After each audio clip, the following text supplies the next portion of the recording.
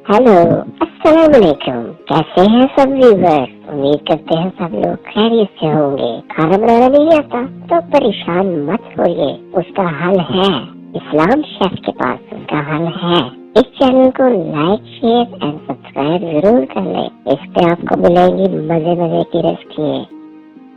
ये बिरयानी रेडी हो गई है एक, और अभी दूसरी आ रही है, वो भी आपको दिखा दिया। जैसा कि आप देख रहे हैं कि ये बिरयानी है अब हमारी रेडी की लगी हुई है। और ये देखें, ये हमारी बिरयानी है, ये भाप भी निकल रही है इससे, सब चीज़ें ये देखें, और ये तैयार हो गया है। आपको अभी थोड़ी देर में मैं इसकी पूरी पोजीशन दिखाऊँ। ये देखें, ये इससे भाप निकल रही है और ये हमारे बिल्कुल नज़दीक है रेडी होने के लिए। तो देखें बिरयानी रेडी हो गई है, चिकन बिरयानी। और ये देखें, इसका कलर देखें, हल्दी देखें, तो इंशाअल्लाह आपको बहुत मज़ा आएगा।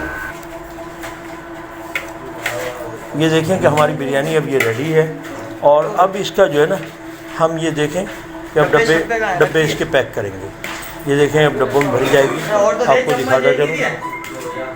ये हमारे शर्जील भाई भी खड़े हुए हैं, ये सुपरवाइजरी, इन्हीं की सुपरवाइजरी में हो रहा है ये सारा काम। ये देखें, छोड़ दे